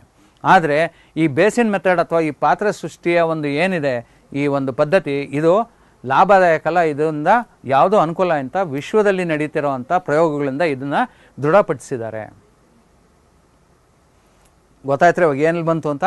ನಾವು ಇಷ್ಟೊಂದು ನೀರು ಕೊಡ್ತಾ ಇದೀವಿ ಆದರೂ ಬರ್ತಿಲ್ಲ. ಕಾರಣ ಯಾಕೆ? ಇದು ನೀವು ಕೊಡ್ತಿರೋದು 1 ಎಂಟ ತಡಿ ಅಷ್ಟೇ. ನಿಮ್ಮ ತೆಂಗು ಎಲ್ಲಿ ತನಕ ಇದೆ? 35 ಅಡಿ 36 ಅಡಿ ಅಂದರೆ ಇಲ್ಲಿಂದ 18 ಅಡಿ ದೂರ ಇದೆ. ನೀವೊಂದು 5 ಅಡಿ ಈ ಕಡೆ 5 ಅಡಿ ಈ ಕಡೆ ಅಥವಾ 6 ಅಡಿ 6 ಅಡಿ 8 ಅಡಿ ಮೌಂಟ್ ಏನು ಮಾಡ್ತಾ ಇದ್ದೀರಾ, ಕೊಡ್ತಾ ಇದ್ದೀರಾ. ಆದರೆ ಈ ಬೇರುಗಳಲ್ಲಿದ್ದಾವೆ ಆಹಾರ ನೀರು ತೊಗೊಳ್ಳೋಂಥ ಬೇರುಗಳು, ಈ ತುದಿಗಳಲ್ಲಿ ಹೋಗುವಂಥ ಒಂದು ವ್ಯವಸ್ಥೆ ಇದ್ದಾಗ ಏನು ಮಾಡ್ತಿದ್ದೀರಾ, ಬೇಡವಾದ ಜಾಗದಲ್ಲಿ ನಾವು ಅತಿ ಹೆಚ್ಚು ನೀರು ಕೊಡ್ತಾ ಇದ್ದೀವಿ, ಗಿಡಗಳಿಗೆ ಕೊರತೆ ಆಗ್ತಾ ಇದೆ. ಇದರಿಂದ ಕಲ್ಪನೆ ಏನಾಗ್ತಿದೆ, ನಾವು ಎಷ್ಟೇ ನೀರು ಕೊಟ್ಟರು ತೆಂಗು ಬರಲ್ಲ, ಅಡಿಕೆ ಬರಲ್ಲ. ಈ ರೀತಿ ಒಂದು ತಪ್ಪು ಕಲ್ಪನೆಗಳು, ನಾವು ನೀರನ್ನು ಕೊಡೋದನ್ನು ತಪ್ಪು ಮಾಡ್ತಾ ಇದ್ದೀವಿ. ನಾವು ಇದಕ್ಕೆ ಮುಂಚೆನೇ ಮಾತಾಡಿದ್ದೀವಿ, ನನಗೆ ದಾಹ ಹತ್ತಿರಬೇಕು ಅಂದರೆ ಎಷ್ಟು ಬೇಕು? 1 ಲೋಟ ಅಥವಾ 1 ತಮಗೆ ನೀರು ಎಲ್ಲಿಗೆ? ಬಾಯಿ ಕೊಟ್ಟರೆ ಸಾಕು. ನೀವು ಎಷ್ಟೇ 100 ಲೀಟ್ರ್ ಕೂಡ ನನ್ನ ತಲೆ ಮೇಲೆ ಸುರಿದ್ರೆ, ನನ್ನ ಪಾದದ ಮೇಲೆ ಸುರಿದ್ರೆ ಯಾವ ಪ್ರಯೋಜನವೂ ಆಗೋದಿಲ್ಲ. ಹೌದಲ್ಲೋ? ಸೊ ಹಾಗಾಗಿ ಸ್ನೇಹಿತರೆ, ನಾವು ಇದನ್ನು ನೋಡಬೇಕಾಗಿದೆ. ತೆಂಗು ಅಥವಾ ನೀರನ್ನು ನೀವು ಹೇಗೆ ನೀರು ಉಣಿಸ್ತೀರಾ, ತೆಂಗು ಅಡಿಕೆ ಇವಕ್ಕೆಲ್ಲ ಬಾಳೆ ಎಲ್ಲ ನೀವು ಯಾವ ರೀತಿ ನೀರು ಉಣಿಸ್ತೀರಾ, ಅದು ಯಾವ ರೀತಿ ಅಭ್ಯಾಸ ಮಾಡಿಸ್ತೀರಾ ಅವಕ್ಕೆ, ಆ ರೀತಿ ಅವು ಬೆಳಿತವೆ, ಅದೇ ರೀತಿ ಅವು ಹೋಗ್ತಾ ಇರ್ತವೆ. ಇವತ್ತು ನಾವೇನು ಪಾತ್ಗಾನಹಳ್ಳಿಗೆ ಹೋಗಿದ್ವಿ, ಅವರು 30 ಎಕರೆ ಜಮೀನಿಗೆ ಅವರು ಒಂದು ಸುತ್ತೊಡ್ಕೊಂಡು ಬರಬೇಕು ಅಂದರೆ, ಒಂದ್ಸಲಿ ಇರೋವಂಥ ನೀರನ್ನ ಕೊಟ್ಕೊಂಡ್ಬರ್ಬೇಕು ಅಂದರೆ 2 ರಿಂದ 3 ತಿಂಗಳಾಗುತ್ತೆ, ಎಂಥ ಬೇಸಿಗೆ ಇದ್ರೂ ಕೂಡ.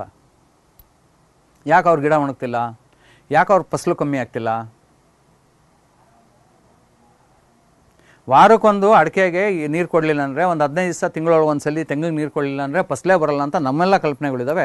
ಆದರೆ ಇಲ್ಲಿ 2-3 ತಿಂಗಳಾಗುತ್ತೆ ಅವ್ರು ನೀರು ಕೊಡೋದಕ್ಕೆ. ಯಾಕೆ ಆಗ್ತಾಯಿಲ್ಲ ಅವ್ರದ್ದು? ಅವರಲ್ಲಿ ಯಾಕೆ ಆ ಉತ್ಕೃಷ್ಟತೆ ಇದೆ? ಅವರಲ್ಲಿರೋದೇನೋ ಹೊದಿಕೆ, ಅವರಲ್ಲಿರೋದೇನೋ ಕಾಲುವೆ, ಅವರಲ್ಲಿರೋದೇನೋ ಪಂಚತರಂಗಿಣಿ ಯೋಜನೆ. ಈಗ ತೆಂಗು ಬೆಳಿತೀವಿ ಅಂದರೆ ನಾವೇನು ಮಾಡ್ತಾಯಿದ್ದೀವಿ ಅಂದರೆ, ನಂದು ಸುಮಾರು ಒಂದು 12 ಎಕರೆ ಇದೆ, 450 ತೆಂಗಿನ ಗಿಡ ಇದೆ, ನಾನು ದೊಡ್ಡ ಸಾಹುಕಾರ. ಖಂಡಿತ ನೀವು ಸಾಹುಕಾರಲ್ಲೇ ಅಲ್ಲ, ನಿಮ್ಮಂಥ ಬಡವರು ಇನ್ನೊಬ್ಬರಿಲ್ಲ. ಯಾಕೆ ಹೇಳಿ? ಆ 450 12-15 ಎಕರೆ ಒಳಗೆ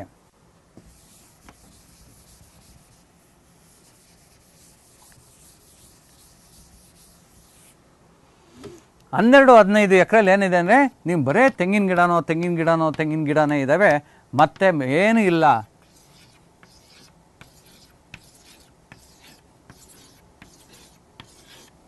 ಈ ಉಳಿಕೆ ಯಾವುದನ್ನು ನಮ್ಗೆ ಉಪಯೋಗಿಸ್ಕೊಳ್ಳೋಕೆ ಬರ್ತಿಲ್ಲ. 450 ತೆಂಗಿನ ಗಿಡ ಇದೆ, ಬೀಳೋವಂಥ ಗರಿ ಸಿಗ್ತಾ ಇದೆ, ಮೊಟ್ಟೆ ಸಿಗ್ತಾ ಇದೆ, ಕೊಬ್ಬರಿಗೆ ಹಾಕಿ ಅದನ್ನು ಹೊಡೆದ ಅಂದರೆ ಅದು ಚಿಲ್ಕ ಸಿಗ್ತಾ ಇದೆ, ಇನ್ನೇನೂ ಇಲ್ಲ ನಿಮ್ಮ ಹತ್ರ. ನೀವು ಶ್ರೀಮಂತರು ಅಂತ ಹೇಳೋಕ್ಕಾಗಲ್ಲ 450 ಗಿಡ ಇಟ್ಟಿದ್ದೀರಿ ಅಂತ. ನೀವು ಬಡವರಿದ್ದೀರಿ. ಕಾರಣ ಯಾಕೆ ಅಂದರೆ, ಈ ಕೆಳಗಡೆ ಇರೋಂಥ ಪ್ರದೇಶನ ನಾವು ಉಪಯೋಗಿಸ್ಕೊಳ್ಳೋದು ಹೇಗೆ ಅಂತ ನಮ್ಗೆ ಅರಿವಿಲ್ದಿರೋನ್ನ ಬಡತನ ಇದೆ, ಅರಿವಿನ ಕೊರತೆ ಇದೆ. ಹಾಗಾಗಿ ಹೇಗೆ ಇದನ್ನು ಮಾಡೋದು? ನಾವು ಹೇಗಿದನ್ನು ಮಾಡೋದು ಅಂದರೆ, 450 ತೆಂಗಿನ ಗಿಡ ಇದೆ, ಇದರೊಳಗೆ ಏನಾದರೂ ನಾವು ಬೇರೆ ವ್ಯವಸ್ಥೆ ಮಾಡ್ಬೋದಾ? ಏನು ಮಾಡ್ಬೋದು ನಾವು? ಯಾವ ರೀತಿ ಬೆಳೆಯೋದು ತೆಂಗನ್ನು? ನೀರಾವರಿಲಿ ತೆಂಗನ್ನು ಯಾವ ರೀತಿ ಬೆಳೆಯೋದು? ಇವಾಗ ಒಂದು ದೊಡ್ಡ ಸಮಸ್ಯೆ ಆಗಿದೆ. ಯಾರದೇ ನೋಡ್ರೂ ಎಲ್ಲ ಕಡೆ, ನಾನು ರೈಲಲ್ಲಿ ಹೋಗ್ತಿರ್ಬೇಕಾದ್ರೆ, ಬಸ್ಸಲ್ಲಿ ಈ ಕಡೆ ನಾವು ಏನಾದರೂ ತುಮಕೂರಿಂದ ದಾಟಿ ಗುಬ್ಬಿ ದಾಟಿ ಮುಂದೆ ಕೊಟ್ಬಿಟ್ವಿ ಅಂದರೆ ಇಲ್ಲಿ ನಿರಂತರ ಕಡೂರು ಇರ್ಬೋದು, ಭದ್ರಾವತಿ ಇರ್ಬೋದು, ಅಥವಾ ಮುಂದೆ ಚಿಕ್ಕನಾಯಕನಹಳ್ಳಿ ಇರ್ಬೋದು, ಎಲ್ಲ ಕಡೆ ನೀವು ನೋಡೋದಂದರೆ ಎಲ್ಲ ಕಡೆ ಬರೀ ಕಂಬಗಳು ನಿಂತವೆ. ಸಣಕಲು ಅಡಿಕೆ ಕಂಬ ಅಥವಾ ದಪ್ಪನಾಗಿರೋಂಥ ತೆಂಗಿನ ಕಂಬಗಳು. ಮೇಲೆ ಛತ್ರಿನೇ ಇಲ್ಲ, ಶಿರನೇ ಇಲ್ಲ, ಶಿರ ಕಳಿಸ್ಕೊಂಬಿದ್ಬಿಟ್ಟಿದ್ದಾವೆ. ಅತಿ ಹೆಚ್ಚು ನೀರು ಕೊಟ್ಟು ನಾವು ಅವಾಗ ಏನು ಮಾಡ್ಕೊಂಡ್ವಿ, ನೀರಿದ್ದಾಗ ಕೊಳೆ ರೋಗ ಬಂದ್ಬಿಟ್ಟು ಶಿರಗಳನ್ನ ಬೆಳೆಸಿದ್ವಿ.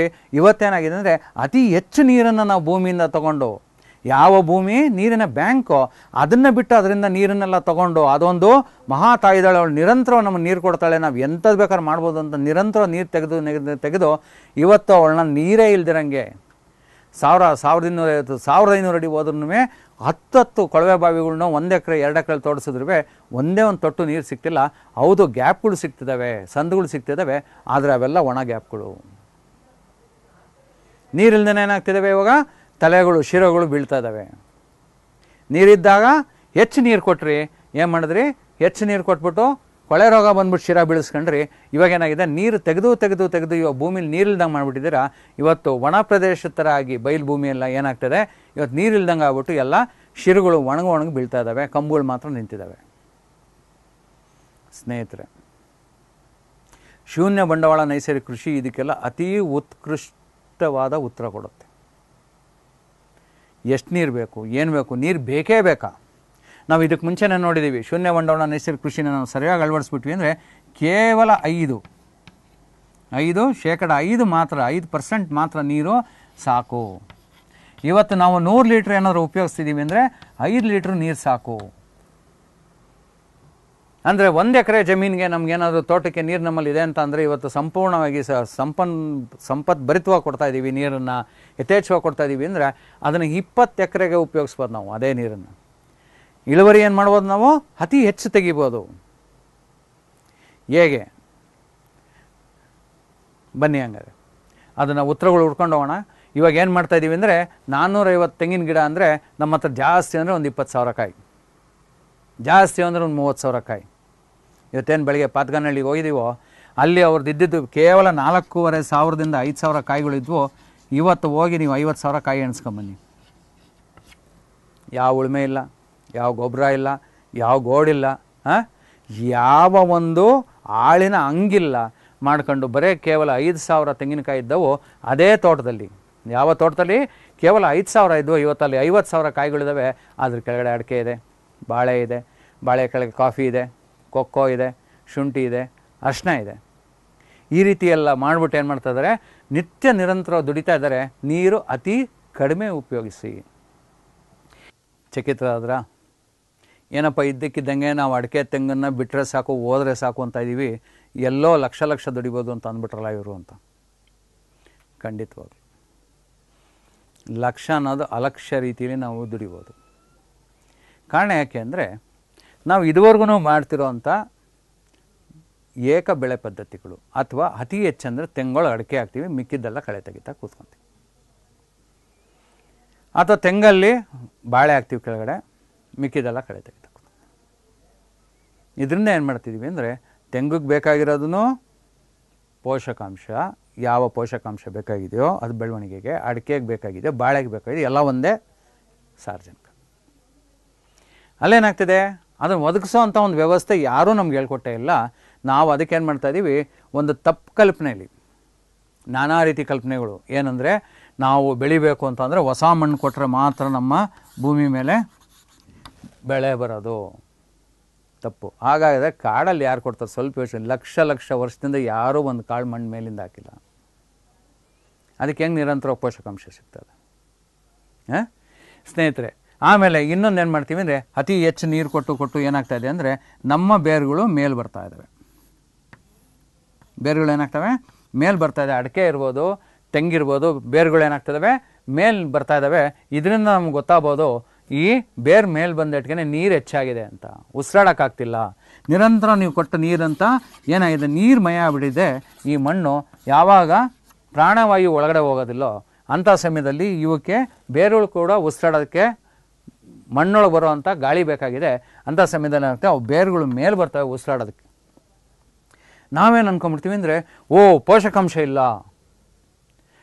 ಗೊಬ್ಬರದ ಅಂಶನೇ ಇಲ್ಲ, ಹಾಗಾಗಿ ಏನಾಗ್ಬಿಟ್ಟಿದೆ ಬೇರೆ ಮೇಲೆ ಬಂದ್ಬಿಟ್ಟಿದೆ. ಬಂದ್ಬಿಟ್ಟು ಅದಕ್ಕೆ ಬಾಯಿ ಐತೆ, ಕ್ಲೀನಾಗಿ ನೀವು ಕೊಟ್ಟಿದ್ರೆ ಮೇಲೆ ಇಟ್ಟಿದ್ರೆ ಅವನ್ನೆಲ್ಲ ತೊಗೊಂಡು ತಿನ್ನೋಕೆ ಶುರು ಮಾಡ್ತವ. ಸ್ವಾಮಿ ನೀರು ಹೆಚ್ಚಾಗಿದೆ, ಆಚೆ ಬಂದು ಬಡ್ಕಂತ ಇದೆ, ಹೋಗ್ರಿ ಆಚೆ, ನೀರನ್ನ ತೊಗೊಂಡು ಆಚೆ ಹೋಗ್ರಿ, ನೀವು ಯಾಕೆ ನೀರು ಬಿಟ್ಟು ನಾನು ಸಹಾಯ ಆಗ್ತಿದ್ದೀರಾ ಅಂತ ಇದೆ. ಆದರೆ ನಮಗೆ ಇದು ಗೊತ್ತಾಗ್ತಿಲ್ಲ. ಈ ಬೇರೆ ಮೇಲೆ ಬರ್ತಿದೆ, ಗರಿ ಬಿಳಿ ಆಗ್ತಿದೆ, ಹಳದಿ ಆಗ್ತಿದೆ, ಸೊರಗ್ತಾ ಇದ್ದಾವೆ, ಕೊಳೆ ರೋಗ ಬರ್ತಾ ಇದ್ದಾವೆ, ಕಾಯಿಗಳು ಉದುರ್ತಾ ಇದ್ದಾವೆ, ಮಾಡ್ತಿದ್ದಾವೆ. ನಮ್ಗೆ ಯಾವುದೂ ಇದು ಅರಿವೇ ಬರೋಲ್ಲ. ನಮ್ಗೆ ಒಂದೇ ಒಂದು ಅರಿವೆ ಏನಾಗುತ್ತೆ ಅಂದರೆ ಮೇಲೆ ಬಂದ್ಬಿಡ್ತು ಗಿಡ ದಪ್ಪ ಹಾಕೊಂಡ್ಬಿಡುತ್ತೆ. ಮೇಲೆ ತರಿಸಿದವ್ರು ಯಾರು? ಅತಿ ಹೆಚ್ಚು ನೀರು ಕೊಟ್ಬಿಟ್ಟು ಅದರೊಳಗೆ ಆಮ್ಲಜನಕದ ಪ್ರವೇಶ ಮಾಡಿದ್ರಂಗೆ ಮಾಡ್ಬಿಟ್ಟು ಏನು ಮಾಡಿದ್ದೀರಾ? ಮೇಲೆ ಬರೋಕ್ಕೆ ಕಾರಣಕರ್ತ ಯಾರು? ನೀವೇ ಅಥವಾ ನಾವೇ ರೈತರೇ. ನೀರು ಹೆಚ್ಚು ಕೊಟ್ಬಿಟ್ಟು ಏನು ಮಾಡ್ತೀವಿ ಅಂದರೆ ಮೇಲೆ ಬಂದ್ಬಿಡ್ತು ಅನ್ನೋದು ಟ್ರ್ಯಾಕ್ಟ್ರನ್ನ ಇವನ್ನ ಇಟ್ಕೊಳ್ಳೋದು ಅಥವಾ ಎತ್ತಿನ ಗಾಡಿ ಹಳೆಗಾಲದಲ್ಲಿ ಇಟ್ಕೊಳ್ಳೋದೇನೋ, ಹೊಸ ಮಣ್ಣು ನೋಡಿ ಅದು ಮತ್ತೆ ಭದ್ರಾಗಿ ನೀರು ಕೊಡೋದು, ತಿರ್ಗೇನಾಗುತ್ತೆ 2 ವರ್ಷಕ್ಕೆ ಮತ್ತೆ ಮೇಲೆ ಬೇರೆ ಬರುತ್ತೆ. ಉಸಿರಾಡಕ್ಕೆ ಆಗ್ತಿಲ್ಲ ಅಂತ ಅದೇನಾಗ್ತಿದೆ, ಮೇಲೆ ಬರುತ್ತೆ. ನೀವು ಮಣ್ಣು ಹಾಕ್ಬಿಟ್ಟು ಅದನ್ನು ಥಮ್ ಥಮ್ ಥಮ್ ಏನು ಮಾಡ್ತಾ ಇದ್ದೀರಾ? ಮಣ್ಣನ್ನು ಹಾಕಿ ಹಾಕಿ ಹಾಕಿ ಅದನ್ನು ಮತ್ತೆ ಮತ್ತೆ ಅದಕ್ಕೆ ತೊಂದರೆ ಕೊಡ್ತಾ ಇದ್ದೀರಾ. ದಯವಿಟ್ಟು ಈ ತಪ್ಪುಗಳನ್ನ ಮಾಡೋಕ್ಕೆ ಹೋಗಬೇಡಿ.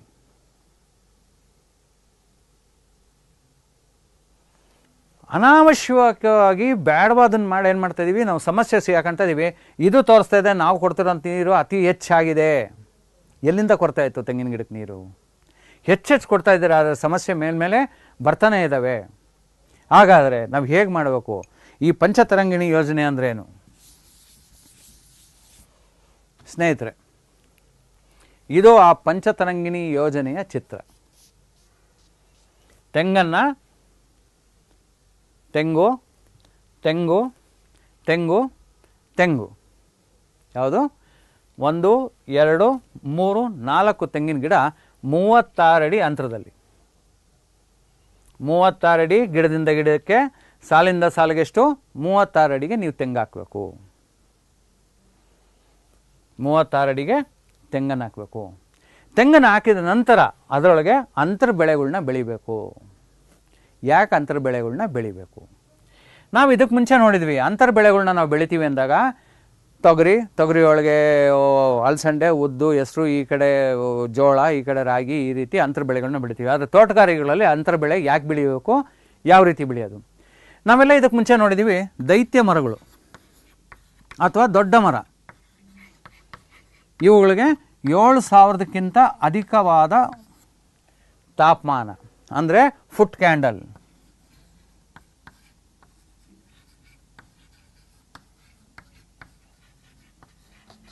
ಅಂದರೆ ಯಾವ ಒಂದು ಮೇಣದ ಬತ್ತಿ ನೀವು ಹಚ್ಬಿಟ್ಟು 1 ಅಡಿ ದೂರದಲ್ಲಿರುವ ಪ್ರಖರತೆ ಬೀಳುತ್ತೋ ಅದನ್ನು 1 ಫುಟ್ 1 ಅಡಿ ಫುಟ್ 1 ಫುಟ್ 1 ಮೇಣದ ಬತ್ತಿ ಕ್ಯಾಂಡಲ್ ಅಂತೀವಿ. ಇದಾಗುತ್ತೆ 7000 ಬತ್ತಿಗಳನ್ನ ನೀವು ಒಟ್ಟಿಗೆ ಹಚ್ಬಿಟ್ಟಾಗ, 7000 ಬತ್ತಿಗಳನ್ನ ಕಟ್ಟಾಕ್ಬಿಟ್ಟು ಇದನ್ನು ಏನು ಹಚ್ಚುತ್ತೀರೋ, ಏನು ಶಾಖ ಈ 1 ಅಡಿ ದೂರದಲ್ಲಿ ಬೀಳ್ತಾ ಇದೆಯೋ ಅದನ್ನು 7000 ಫುಟ್ ಕ್ಯಾಂಡಲ್ ಅಂತೀವಿ. ಇದು ಬೇಸಿಗೆಯ ಬೆಳಗ್ಗೆ 10 ಗಂಟೆಯ ನಂತರ ಬಿಸಿಲಿನ ತಾಪಮಾನ. ಎಷ್ಟು ಶಾಖ ಎಷ್ಟಿರುತ್ತೆ? ಬೇಸಿಗೆಯಲ್ಲಿ ಬೆಳಗ್ಗೆ 10 ಗಂಟೆ ಸುಮಾರಿನಲ್ಲಿರುವಂಥ ತೀಕ್ಷ್ಣವಾದ ತಾಪಮಾನ 7000 ಫುಟ್ ಕ್ಯಾಂಡಲು. ಇನ್ನು ಅಧಿಕವಾದ ಅಂದರೆ ಈ 7000ದಿಂದ 12,000 ಫುಟ್ ಕ್ಯಾಂಡಲ್ ತನಕನೂ ಕೂಡ ತೀಕ್ಷ್ಣವಾದ ಬಿಸಿಲನ್ನು ನೀವು ತೊಳಕಾಗ್ತವೆ. ಅವು ಯಾವುವು? ದೈತ್ಯ ಮರಗಳು ಮತ್ತು ಎಲ್ಲ ಧಾನ್ಯಗಳು. ಧಾನ್ಯ ಅಂದರೆ ಅದು ಭತ್ತ, ಗೋಧಿ, ರಾಗಿ, ಜೋಳ, ಸಿರಿಧಾನ್ಯಗಳಾದ ಕೊರಲೆ, ನವಣೆ, ಸಾಮೆ, ಆರ್ಕ, ಈ ರೀತಿ ಎಲ್ಲ ಧಾನ್ಯಗಳು ಮತ್ತು ದೈತ್ಯ ಮರಗಳು. ದೈತ್ಯ ಮರ ಅಂದರೆ ತೆಂಗು. ಇವನ್ನ ಇದರೊಳಗೆ ನಾವು ತೊಗೊಂಡಿರೋದೇನೋ ತೆಂಗಿನ ತೋಟ ಇದೆ. ಆ ದೈತ್ಯ ಮರ ಅತಿ ಹೆಚ್ಚು ತೀಕ್ಷ್ಣವಾದ ಬಿಸಿಲು ತೊಳಕಾಗೋದು ಯಾವುದು? ತೆಂಗು. ಇವಾಗ ಇದ್ರ ಕೆಳಗಡೆ ಯಾವ್ದು ಬರಬೇಕಾಗಿದೆ ಅಂದರೆ, ಇದ್ರ ಕೆಳಗಡೆ ಬರಬೇಕಾಗಿರೋದು 3600ರಿಂದ 5600 ಫುಟ್ ಕ್ಯಾಂಡಲ್ನ ತೊಗೊಳ್ಳೋವಂಥ ತೀಕ್ಷ್ಣವಾದ ಅಂದರೆ ಮಧ್ಯಮ ಗಾತ್ರದ ಮರಗಳು. ದೈತ್ಯ ಮರದ ನಂತರ ಏನು? ಮಧ್ಯಮ.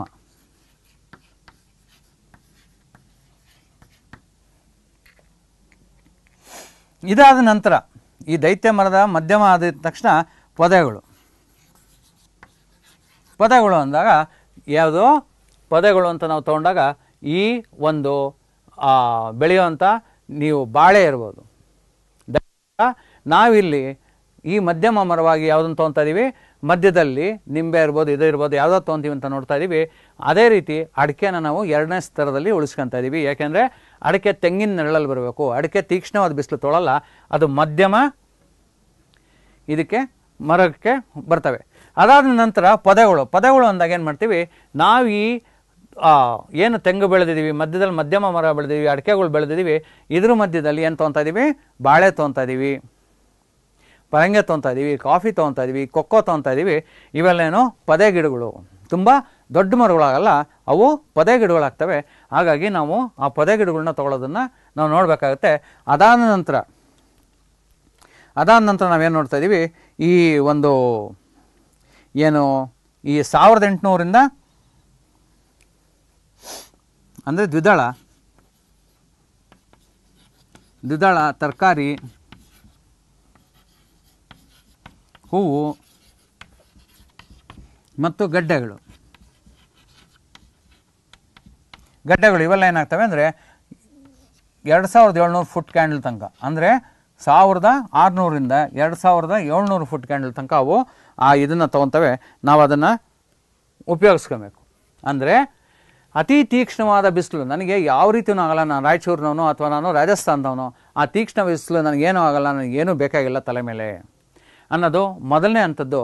2ನೇ ಹಂತದ್ದೇನು, ಮಧ್ಯಮದ ಅಂದಾಗ ಬಿಸಿಲಿದೆ ನನಗೆ ಏನು ಮಾಡ್ತೀನಿ, ನನ್ನ ಜೋಬಲ್ಲಿರೋಂಥ ರುಮಾಲು ಅಥವಾ ಹೆಣ್ಮಕ್ಳು ಸರ್ಗನ್ನ ಮೇಲನ್ನು ಹಾಕೊಂಡು ಆ ಬಿಸಿಲನ್ನ ತಾಪಮಾನ ತಡೀತಾರೆ.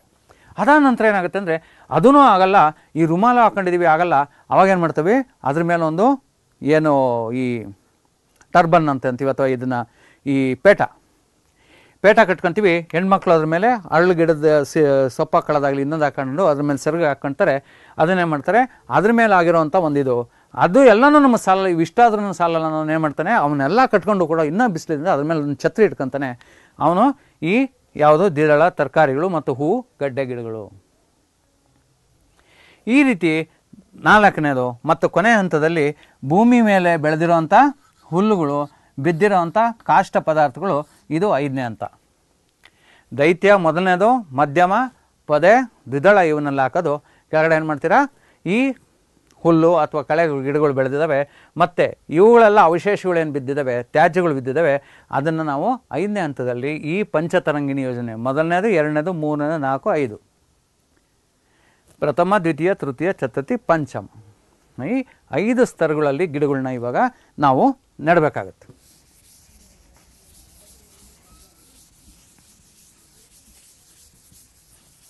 ಯಾವ ಥರ ಮಾಡ್ತಾ ಇದ್ದೀವಿ, ತೆಂಗು ಅಥವಾ ದೈತ್ಯ ಮರ, ಅದ್ರ ಕೆಳಗಡೆ ಏನು ಮಾಡ್ತಿದ್ದೀವಿ, ಪುಟ್ಟ ಮರ, ಅದ್ರ ಕೆಳಗಡೆ ಬೆಳೆಯುವಂಥ ಪೊದೆಗಳು, ಅದ್ರ ಕೆಳಗಡೆ ಬೆಳೆಯುವಂಥ ತರಕಾರಿ ಹೂ ಗಿಡಗಳು, ಮತ್ತು ಕೊನೆಗೆ ಬರುವಂಥದ್ದು ಈ ಹುಲ್ಲು, ಬಿದ್ದಂಥ ತ್ಯಾಜ್ಯಗಳು,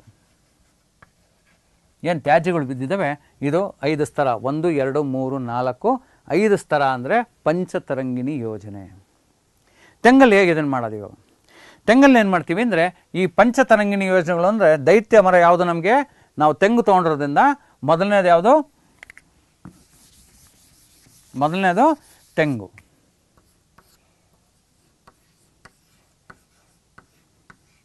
ಮೊದಲನೇ ಬೆಳೆ ಯಾವುದು, 36 ಅಡಿಗೆ 30 ಅಡಿ ಏನು ಹಾಕಿದ್ದೀವಿ, ತೆಂಗು. 32ಗೆ 32 ಅಡಿ ತೆಂಗು ಹಾಕಿದ್ದೀವಿ. ಸ್ನೇಹಿತರೆ, ಇದು ಮುಖ್ಯವಾಗಿ ನಾವು ಇದೇನು ಇದರೊಳಗೆ ಈ ಒಂದು ಚಾರ್ಟ್ ಅಥವಾ ಇದೊಂದು ಚಿತ್ರದಲ್ಲಿ ನೋಡ್ತಾ ಇದ್ದೀವಿ, ಆ ಪಂಚತರಂಗಿಣಿಗಳು ಹೇಗೆ ಆಯೋಜಿಸೋದು, ತೆಂಗಲ್ಲಿ ಹೇಗೆ ಈ ಪಂಚತರಂಗಿಣಿ ಯೋಜನೆನ ಆಯೋಜಿಸೋದು ಅನ್ನೋದನ್ನು ಮುಂದಿನ ಸಂಚಿಕೆಯಲ್ಲಿ ನೋಡೋಣ. ಧನ್ಯವಾದ.